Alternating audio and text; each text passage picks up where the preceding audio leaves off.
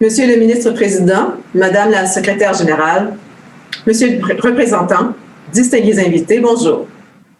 Merci de m'accueillir aujourd'hui pour ouvrir ce panel portant sur le rôle essentiel des États fédérés dans le commerce international, un sujet qui m'interpelle bien sûr directement, étant ministre des Relations internationales et de la Francophonie du Québec, mais aussi ministre de l'Immigration, de la Francisation et de l'Intégration. Les États fédérés et les régions ont des compétences et des intérêts qui leur sont propres et conséquemment, ils ont un rôle fondamental à jouer dans l'élaboration et dans la mise en œuvre de décisions prises au niveau international. Ces dernières années, plusieurs États fédérés et régions ont su saisir les occasions leur permettant de s'imposer sur la scène internationale et élargir leur portée de leurs actions diplomatiques. En coopération avec d'autres acteurs infra-étatiques, ils s'impliquent maintenant dans de multiples forums régionaux et internationaux. Certains participent même directement aux travaux d'organisations internationales. Le Québec est très actif au sein des instances internationales, tout particulièrement celles traitant d'enjeux environnementaux, tels que la Convention cadre des Nations unies sur les changements climatiques et la Convention sur la diversité biologique, dont le secrétariat est d'ailleurs basé à Montréal. Nous assurons également une présence devant les différents organes onusiens en matière de droits de la personne, tel que le Comité des droits de l'homme. Je souligne aussi que le Québec est membre de plein droit à l'Organisation internationale de la francophonie, aux côtés de 87 autres États et gouvernements francophones.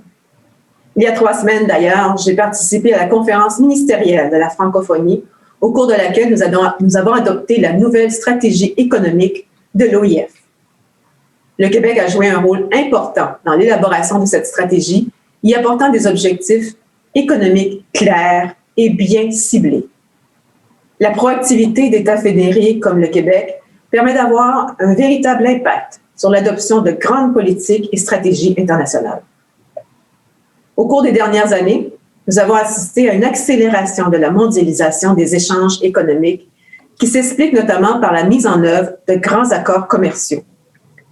Cette réalité a redéfini les rôles et responsabilités des États fédérés.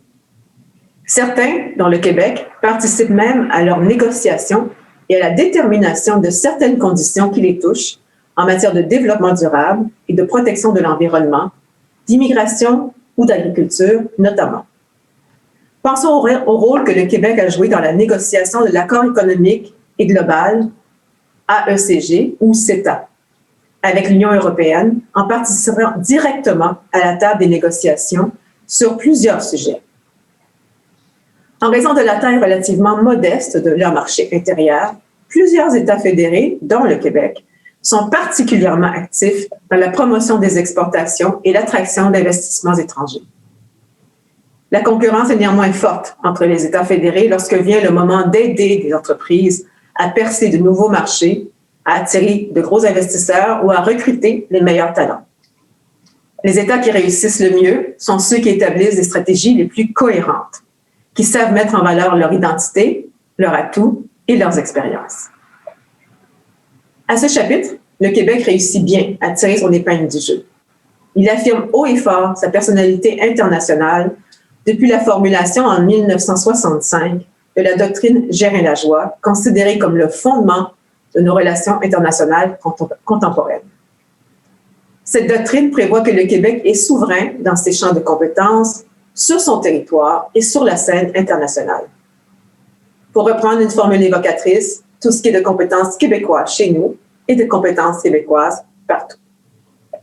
C'est en 1967 que le ministère des Relations internationales du Québec a été créé, confirmant les ambitions du Québec dans le monde de donner plus de poids et d'autorité à ses actions. Aujourd'hui, le Québec est l'un des États fédérés les plus actifs sur la scène internationale. Avec son réseau de 33 représentations assurant une présence dans 18 pays, le Québec peut activement promouvoir et défendre ses intérêts économiques, politiques, sociaux, culturels et institutionnels. Dans un classement réalisé en 2018 pour le compte du British Council, le Québec arrivait d'ailleurs bon premier pour sa capacité d'influence, aussi appelée soft power, parmi une dizaine d'entités infra-étatiques particulièrement dynamiques à l'extérieur de leurs frontières. Le réseau des représentations du Québec constitue aussi un outil formidable au service d'une diplomatie distinctive. Il a d'ailleurs eu l'occasion de montrer toute sa pertinence, son agilité et son efficacité durant la pandémie. En effet, notre réseau a joué un rôle primordial durant la période critique durant laquelle tous les États s'efforçaient d'acquérir rapidement du matériel sanitaire ou encore de rapatrier les Québécois coincés à l'étranger. Le vaste réseau de contacts stratégiques que nous avons construit au fil des ans nous a été utile en ces temps de crise. La diplomatie québécoise est certes relativement jeune, mais l'expérience et l'expertise que nous avons développées au cours des 50 dernières années sur la scène internationale nous permet aujourd'hui d'avoir l'oreille attentive de plusieurs partenaires étrangers et de nombreux élus influents. Dans les dossiers cruciaux de notre économie, comme ceux de l'exportation d'aluminium vers les États-Unis ou encore du bois d'œuvre, la voix du Québec sait se faire entendre. Le Québec est également un acteur économique des plus performants, avec des exportations internationales de marchandises totalisant 70,3 milliards de dollars US en 2019. Il se classait au 6e rang parmi les États fédérés du Canada et des États-Unis, juste derrière le Texas, l'Ontario, la Californie, l'Alberta et New York. Mais on peut faire mieux. C'est pourquoi notre gouvernement s'est fixé 3 grands objectifs. Le premier, augmenter les exportations du Québec. Le deuxième, rattraper l'écart de productivité des entreprises québécoises. Et finalement, accroître les investissements directs étrangers chez nous. Pour réaliser ces cibles et soutenir l'économie québécoise, le gouvernement travaille à consolider son expertise en intelligence d'affaires afin de mieux cerner les besoins des clientèles, de repérer de nouveaux partenaires et de confirmer les secteurs et les marchés à plus fort potentiel, y compris les marchés en ligne. L'adoption en décembre dernier de la loi concernant l'organisation gouvernementale en matière d'économie et d'innovation est un levier additionnel que s'est donné le gouvernement pour augmenter la force de frappe économique du Québec à l'international. Cet outil nous assure une complémentarité accentuée entre les principaux acteurs faisant la promotion des atouts du Québec à l'étranger. Le dévoilement de la vision internationale du Québec en novembre 2019 est une autre pièce maîtresse qui marque la volonté du gouvernement d'effectuer un virage vers une diplomatie davantage économique, sans délaisser pour autant toutes ses actions en diplomatie d'influence. L'objectif est d'élargir le rôle des représentations du Québec à l'étranger pour en faire de puissants leviers de développement économique. Des chefs de poste ayant un fort profil économique ont désormais pour mandat d'accompagner, de conseiller et d'aider les entreprises québécoises en quête de nouveaux marchés à déceler les meilleures occasions d'affaires en collaboration avec Investissement Québec International. Ce virage porte déjà ses fruits. À Tokyo, l'année dernière, notre délégation générale a inauguré la vitrine Effet Québec. En collaboration avec XN Québec et Nitech, cette plateforme présentait la créativité numérique québécoise avec originalité et efficacité.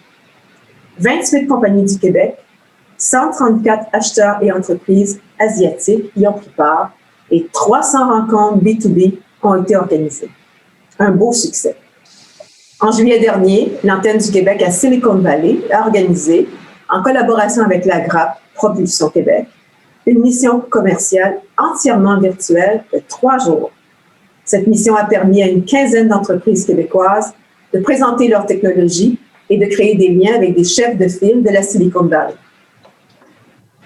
La délégation générale du Québec à Munich a aussi offert un accompagnement étroit aux hauts dirigeants de Rodeo FX dans leur démarche pour s'établir et développer leur présence à Munich. Voilà seulement quelques exemples du rôle essentiel que peuvent jouer nos représentations à l'étranger en matière d'accompagnement pour les entreprises québécoises qui veulent se lancer à la conquête des marchés internationaux. Sur une note moins joyeuse, il faut admettre évidemment que la pandémie a fait mal à l'économie québécoise et à celle de nombreux partenaires du Québec qui ont été affectés par la tendance mondiale de baisse des exportations. Mais en contrepartie, les bouleversements actuels permettront d'accélérer la transition vers une économie de plus en plus virtuelle et numérique et davantage orientée vers les services. Ce sont de nouvelles dynamiques prometteuses pour les exportations québécoises.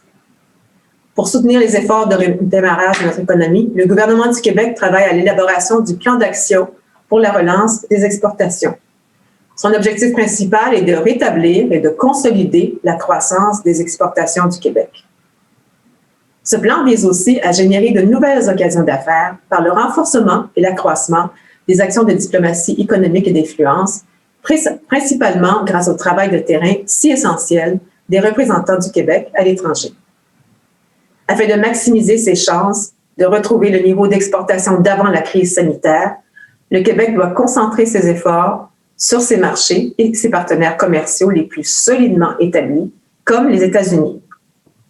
Le gouvernement poursuivra tout de même ses efforts de diversification des marchés, car la crise sanitaire a démontré l'importance pour les entreprises québécoises d'avoir accès à divers canaux commerciaux et sources d'approvisionnement afin de pallier les perturbations en temps de crise. En effet, nous avons beaucoup appris au cours des derniers mois. D'une part, bien que nous soyons privilégiés d'avoir un accès aussi important à un marché aussi important que celui des États-Unis, pour nos entreprises exportatrices, les élans protectionnistes de notre voisin du Sud nous a démontré les risques d'une dépendance aussi importante envers un partenaire économique. Oui, les États-Unis demeurent stratégiques, on ne changera pas la géographie, mais nous devons être très conscients des effets de notre relation économique étroite avec eux. Nous pouvons espérer que la nouvelle administration américaine sera davantage libre-échangiste, mais il faudra que nos actions à l'international permettent de réduire l'impact de soubresauts sur notre économie si une tendance protectionniste se pointait à l'horizon. L'action des États fédérés est donc essentielle dans un contexte où l'économie et la politique est en constante évolution. Notre réseau de 33 représentations nous permet d'agir plus rapidement et avec davantage d'agilité. Étant à la fois ministre des Relations internationales et de l'immigration, j'ai un avantage certain en matière de coordination de nos réseaux de représentation à l'étranger et notre objectif d'attraction des meilleurs talents pour combler les besoins pressants en main-d'œuvre de nos entreprises. Certaines de nos représentations disposent d'employés du ministère de l'Immigration voués à cette tâche. Et plusieurs activités de recrutement, comme les Journées Québec, sont effectuées en collaboration entre mes deux ministères. Ainsi, par le biais de nos bureaux à l'étranger et la collaboration avec nos partenaires, le Québec peut créer rapidement des contacts avec des futurs talents pour permettre à nos entreprises de combler leurs besoins en main-d'œuvre, tout en faisant du Québec une destination de choix pour les nouveaux arrivants. En conclusion, le Québec continuera de nourrir de grandes ambitions sur la scène internationale, en matière de développement économique et commercial au premier chef. De manière globale, je suis convaincue que l'action des États fédérés a une grande portée à l'international. Le cas du Québec est, à mon avis, révélateur de cette capacité d'action, notamment par son implication à des négociations d'accords commerciaux ou encore au sein de grandes organisations internationales comme l'Organisation internationale de la Francophonie. Par sa capacité d'action pour appuyer son économie et ses entreprises à l'international avec 33 représentations à l'étranger.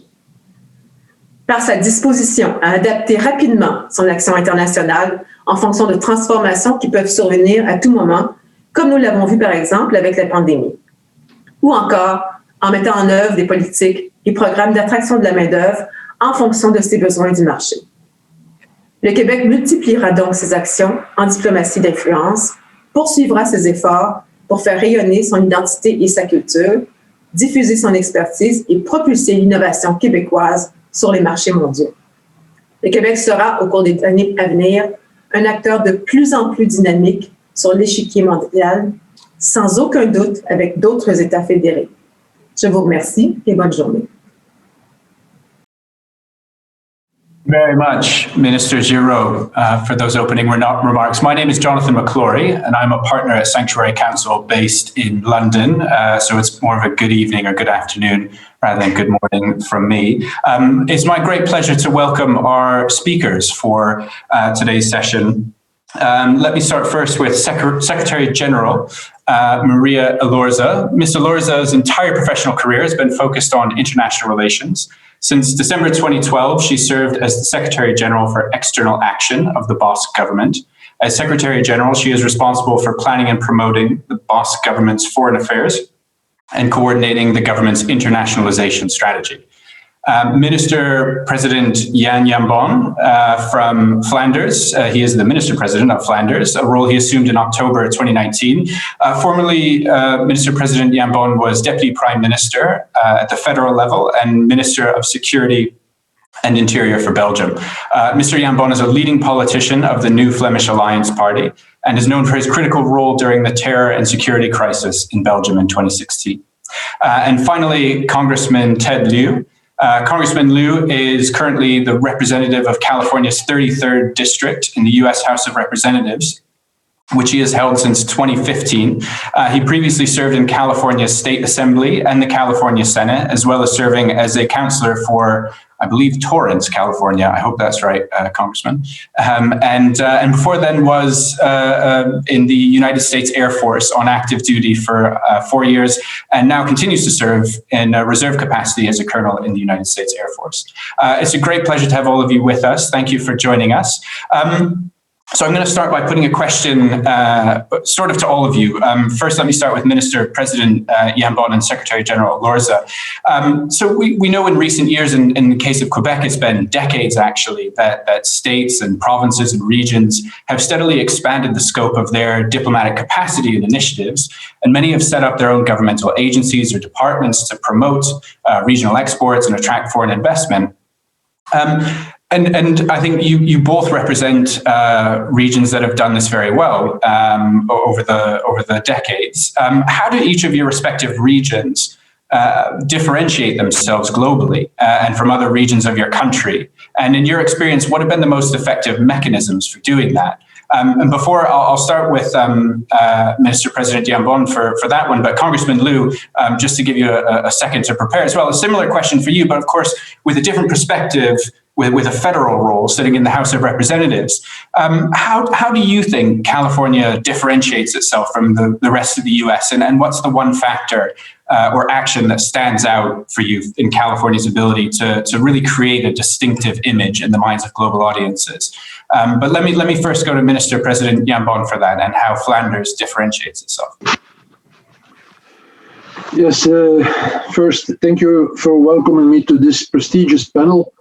As Minister-President of Flanders, I'm very delighted to share with you today more info on the economic diplomacy of Flanders. Flanders is a real export nation. We rank 15th among export nations worldwide.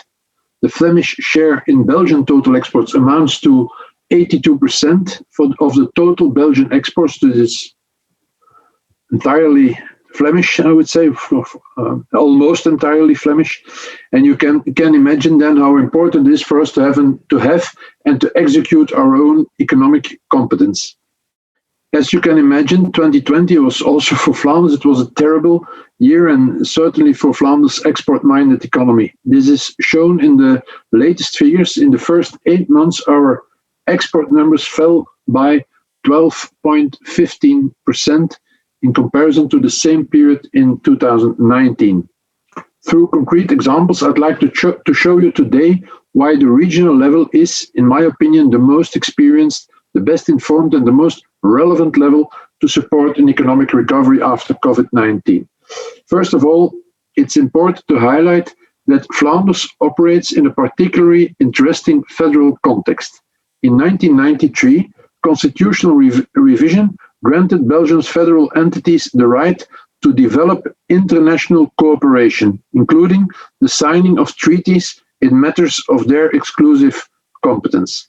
So we call it in foro interno, in foro externo. So we have the right on our own competence to go on the international scene, and even including signing of treaties. This allowed Flanders to pursue its own international objectives through its own brand of diplomacy, including economic diplomacy.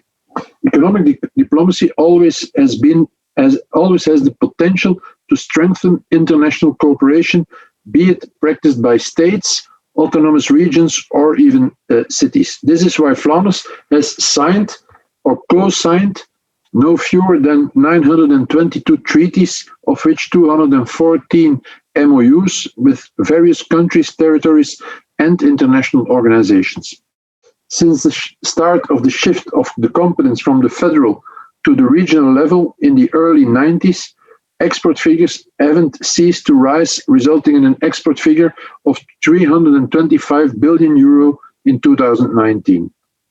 The EU is our main instrument to achieve our trade and investment objectives.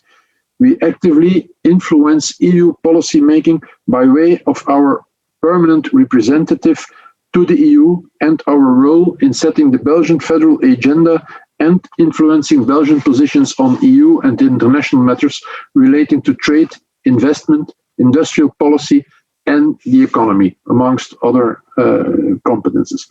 However, to engage in economic diplomacy, we have set up our own specialized agency, and we did it in 2005 under the name Flanders Investment and Trade, FIT. FIT does so on one side by supporting the international activities of Flemish companies, and on the other side by attracting foreign investors to Flanders. We have made a huge effort to be abroad where our clients want us to be, resulting in an international network of roughly 120 representatives. And this includes, first, 12 diplomatic representatives of the Flemish government stationed from London to Pretoria, then 70 Flanders investment and trade offices where Flemish companies can address themselves to when exploring new commercial destinations. 20 Flemish economic representatives and technology specialists, then 14 international offices run by Tourism Flanders, so to attract tourists to our Flemish cities, as well as 2 Flemish centers for agriculture and fishery marketing. So this is our international network. We consider that our remarkable rise in export volume is mostly the result of the strategic decision to put the export promotion on the level that has a direct and daily contact with all types of companies, whether large, middle-size, or small. Another important factor I would like to highlight is the importance of exporting a brand. We established a brand of our own, and it's called Flanders State of the Art, referring in this phrase not only to the extreme excellence of our Flemish primitive painters in the past, but also the high performance, and that's the other side of the medal, the high performance of our research and development activities in Flanders, often the cradle of new inventions. We see that the own specific branding of the economic elements of Flanders results in above average attraction of foreign direct investments. Over the last 10 years, this resulted in about 2,000 new investments for an investment amount of 26 billion euro, creating 44,000 new direct jobs. With these figures, Flanders settle within the top 5 destinations for foreign investment projects in Europe. Mr. Chair, that's my answer to your first question. Thank you very much, Minister President Jambon. If I can come to you, Secretary General Elorza, and can you tell us a bit about how Basque differentiates itself on a global stage from everyone, but especially from different regions in Spain, and what's worked particularly well? Okay, thank you very much, first of all, for inviting us to participate in this event. And good morning or good afternoon, depending on where you are. I started by saying that we share the same vision or the same ambition as Quebec or Flanders regarding our external action. And this is why soon after we recovered our self-government in 1979, we restarted our external action. The fact is that we consider the internationalization, external action is a country challenge because our future is on the global stage. We compete, not only companies compete nowadays, but also territories, countries compete to attract investment, to attract tourists, to attract talented people, or simply to have more influence. And in this competition process, it's important, it's key to have a strong and an attractive country brand. And that is what we are trying to build nowadays. We want to build a brand, a country brand based in our assets, obviously, in our strengths, but also in the features, in what makes us different and from others. And let me give you some examples. The Basque country is an industrial country. Our economic specialization is different to the one of Spain. In the Basque country, industry accounts for 24% of the GDP, while in Spain, it does for less than 16%. So it makes a big difference. To us, industry is crucial. If we have a look to the tourism side, Spain is a major touristic destination in the world, and many people pay a visit to Spain for sun, looking for sun and beaches. Essentially, we cannot offer that simply because in the Basque country it rains a lot. But what we offer instead is a cultural-based tourism, nature tourism, and gastronomy tourism. So it's a different touristical offer, the one we have. Third element, culture.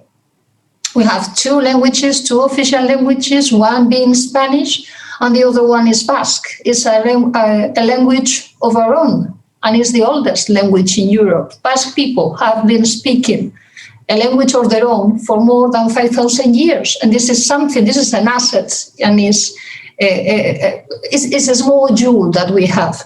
And this is why we try to promote our language abroad. We have a very strong cultural identity with traditional sports, typical from the Basque country, and also traditional artistic expressions, such as, for example, a kind of poetry that is improvised, that we call bertsolaritza. This is the kind of attractive elements that are part of our brand. And together with all that, I would also stress that we have a very long tradition of self-government. Our first status of autonomy was approved in 1936. And at that time, we started already opening delegations abroad. So nowadays, we keep approving and implementing public policies in many different areas. We are used to public and private partnership, and we have our own treasury, so we can finance the policies that are adapted to the need of the Basque country, or the different policies. With those elements, we try to build this strong and attractive brand that will connect, that will serve as presentation of the Basque country internationally. We have to showcase our reality in the best way we can. Great, thank you, Secretary General Elorza. Congressman Lieu, if I can come to you on how does California differentiate itself, and if I can also be a bit provocative and ask, over the last 4 years, was it more important that California stood apart from the federal government and set out its own stall and flew its own banner? Thank you, Jonathan, for moderating this panel. And let me first say what an honor it is to be on this panel with the distinguished guests, with Secretary General Elorza, as well as Minister-President Jambon. Very honored to be here. So what makes California different? There are, I think, several aspects to this. First, prior to the pandemic, California had the 5th largest economy in the world. So just the sheer size of the state of California does make it different from other states in America. And second, California has sought to have a number of direct bilateral agreements with other countries.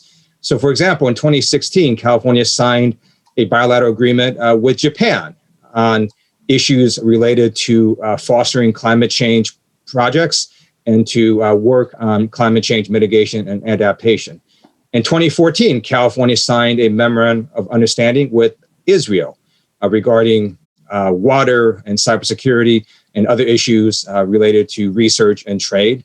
And in 2009, California signed an agreement with Quebec on climate change issues as well. So California has done this with a number of countries as well as states within countries.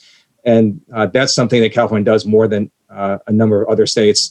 Third, we're also incredibly diverse. California welcomes immigrants. We are now a majority minority state. So the majority of people in California are minorities. And in California, the largest minority group are Latinos, followed by Asian Pacific Americans.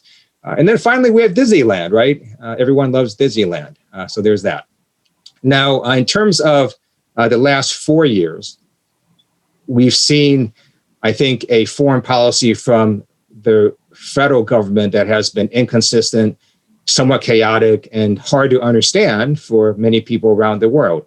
So states and cities have been able to step into essentially this vacuum of consistent policy and do their own agreements and do their own policy making, especially on issues like climate change. And so California, in cities in California, such as Los Angeles, led by Mayor Eric Garcetti, has worked on a number of climate change initiatives with other cities around the world. And that's what we've seen in the last 4 years. States and cities basically sort of fill the gaps in when the federal government either didn't do anything or was inconsistent in what the federal government was saying.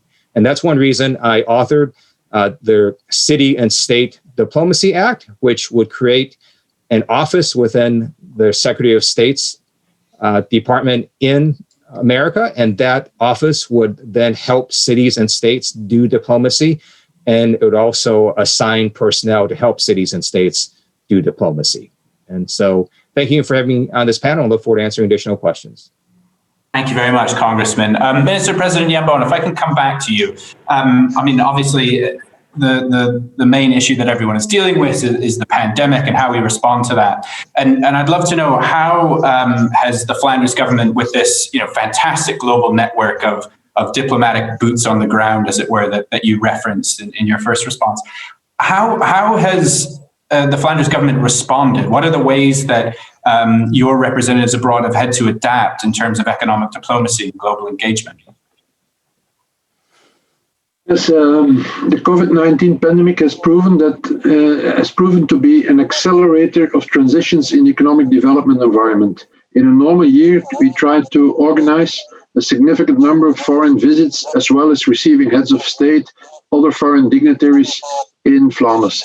This past year, we have had to adapt to the current circumstances and have made a switch to digital diplomacy.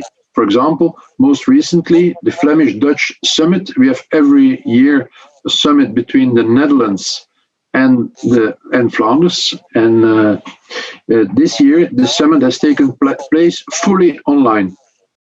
Also, Flanders Investment and Trade, so our agency, took the opportunity, and we would say never waste a good crisis, to put into practice these new instruments. FIT introduced virtual tech tours, digital sectoral missions, virtual participation at trade fairs, and a long list of new applications where physical presence is no longer a necessity for business development.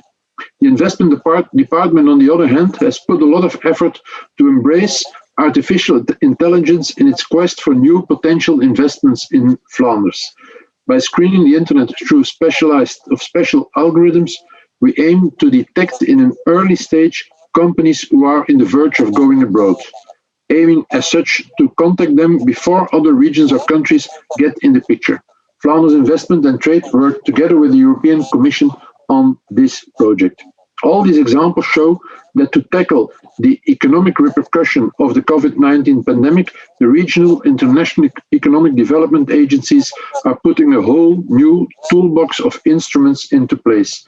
The ideas about these innovative new instruments existed already, and the COVID-19 pandemic has forced us to introduce these new instruments in order to keep our exports and foreign direct investment on the same high level they were before the pandemic, and to boldly go further than we even can imagine today. Thank you very much, Mr. President. Secretary General Elorza, if I can come back to you. The Basque government has been very active on the international stage on matters of sustainable economic development.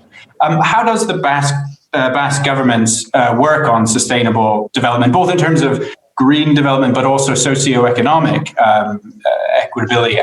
How does that factor into Basque's wider brand and the way that it promotes itself globally? Okay. The truth is that we are committed to the UN 2030 agenda and the 17 SDGs, Sustainable Development Goals.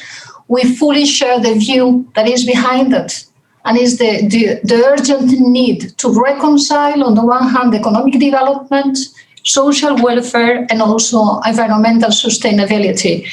We are committed to contributing to the common good while boosting human sustainable development in the Basque Country.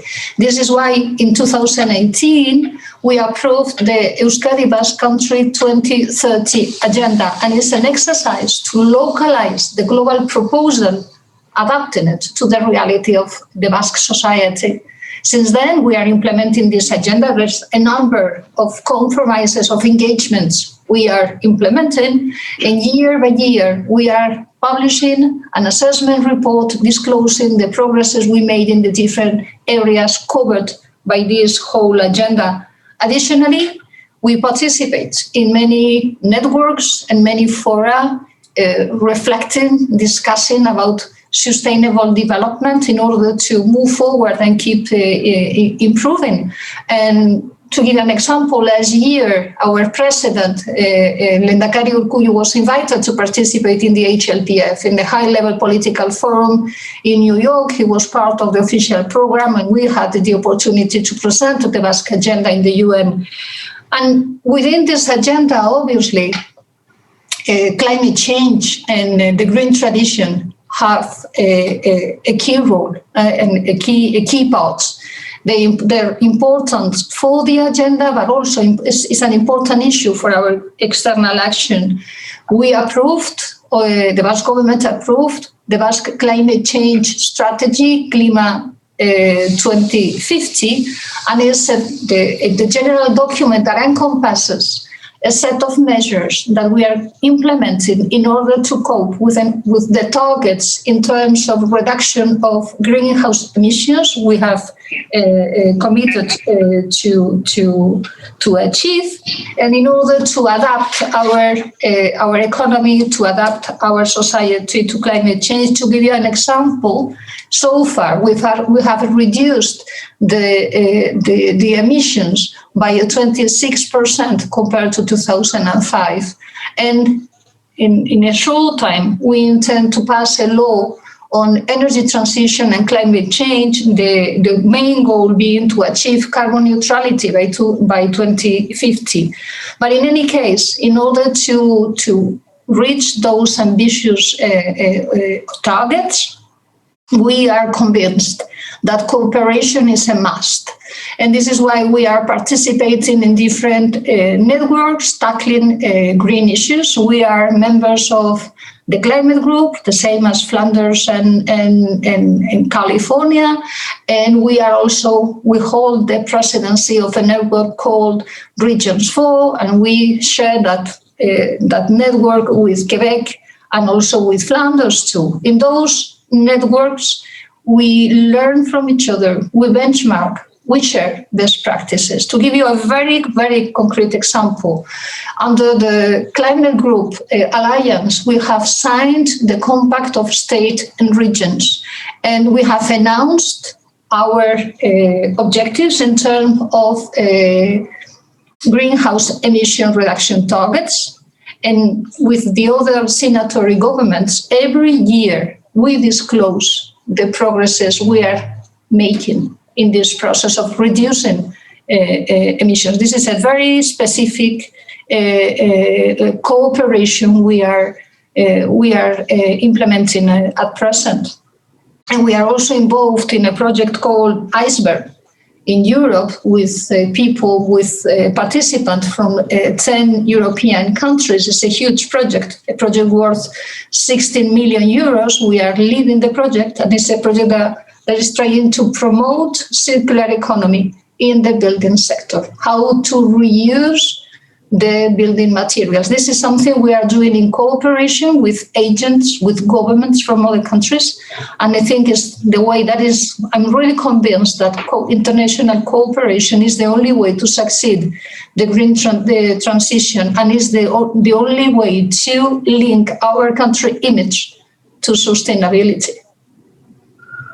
Thank you, Secretary General Elorza. Congressman Lieu, if I can come back to you, and as someone who served at the municipal level, at the state level, and now, of course, at the national level, to say nothing of the bill that you introduced on the City and State Diplomacy Act, what are the things that local governments or state or regional or provincial governments can do in terms of diplomacy and international engagement that maybe national level governments can't do? Where's the value add for subnational governments getting involved in the global stage? Thank you for that question. Subnational governments have been doing this for a long time, whether we recognize it or not. And if you look at the United States, we're such a large country, it's impossible for our federal government to really deal with all the different cultural exchanges, business meetings, and other exchanges that are happening on any given day. We have over 19,000 cities and towns in the United States. Many of them, for example, have sister city arrangements with cities around the world.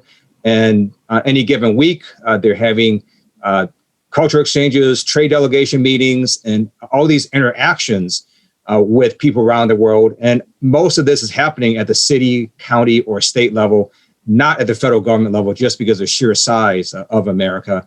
And we need to recognize that that is happening and then to help promote it. And we also know that a lot of the important issues facing us in the 21st century, such as climate change, require not just federal action, but also state and city action. Because the United States is a federalist system, the federal government has limited powers. And so cities and states often have more power, for example, to reduce greenhouse gas emissions within their own jurisdiction. And if they can partner with other cities and states around the world to do that, that makes it even more powerful. And so there is a huge value added if we can promote subnational diplomacy, and that's what my bill seeks to do. And if I could ask you a follow-up question as well, what would be the ideal, partnership between the State Department and local governments? Do you see a role for the national level governments to be more prescriptive or define what the role should be for subnational governments, or is it better to just be laissez-faire? Right. It will be for the State Department to assist their cities and counties and states who are engaging with governments around the world, or with chambers of commerces and businesses around the world. With every passing year, everyone gets more interconnected globally. And I believe the United States federal government not only needs to recognize that, but also help cities and states and counties do that foreign diplomacy with other jurisdictions around the world, because it's already been happening. It's going to continue to happen. And a lot of these cities and states, a lot of these cities are very sophisticated. They know what's happening, but there are also smaller cities who maybe they don't have the personnel to be able to interact with another sister city very well around the world, or to deal with an incoming trade delegation. And so the federal government can assist that way. It can also provide information as to what exactly, for example, their federal government is doing in terms of foreign policy, so that cities and states don't take actions that may be counter to what the administration is trying to do at a national level. And I think a lot of just information sharing would be quite helpful, so that cities, states, and counties and the federal government are on the same page when dealing with foreign states and cities around the world. Thank you, Congressman. We're running short of time. I'd love to ask then Secretary General Elorza and Minister-President Jambon, just very quickly from each of you in 1 minute or less. You represent governments that have been doing this global engagement for decades. You're well versed in it. You have good infrastructure. What advice or lesson would you give to perhaps new subnational governments or subnational governments that are getting new devolved powers? What's the one thing they need to do or to think about, and how would you encourage them to go about and engage more effectively? Let me start with Secretary General Elorza on that question. Okay, if I have to, it's difficult to give an advice, but in my opinion, what is key? First, political will. Okay, conviction. If you don't have the ambition to develop a fully fledged policy, then it makes no sense. And second, in my opinion, it's important to have a strategy, a clear view of where are the requirements of the industrial fabric or of one given society. What do we want to do internationally? What do we want to achieve? What do we need? And I think that should be the roadmap for the external action of any government, is the roadmap in our case too. A clear strategy and political will. That's great. Thank you, Secretary General Elorza, since I really put you on the spot. Minister-President Jambon, what are your thoughts? What would your lesson be for those subnational governments looking to engage globally? Yes, on top of what Marianne Elorza said, I can say maybe two more things. That is to have a dedicated agency, so that people really dedicated on this purpose. And second thing, to have a clear brand, even from your region or your region or your state, to have a clear brand. And like in Flanders, we make the combination in our branding between the ancient culture and ancient painters. They are world famous, and we link this with our knowledge institutions, which are state of the art in the 21st century. And so that's a clear branding, and it doesn't need much explanation to say where we stand for. And so I think these two, on top of what Mrs. Elorza told us. That's great. Thank you, Mr. President. Congressman, I'd hate to deny you a chance to give your thoughts on this as well, if you had anything yourself to add. I just want to say again, thank you for having me on this distinguished panel. And it's important for cities and states at a subnational level to continue doing the diplomacy they already are, but especially in the 21st century, where we need a lot of cooperation around the world to tackle some of our most pressing challenges, such as climate change, lifting people out of poverty, making sure that we don't have food insecurity.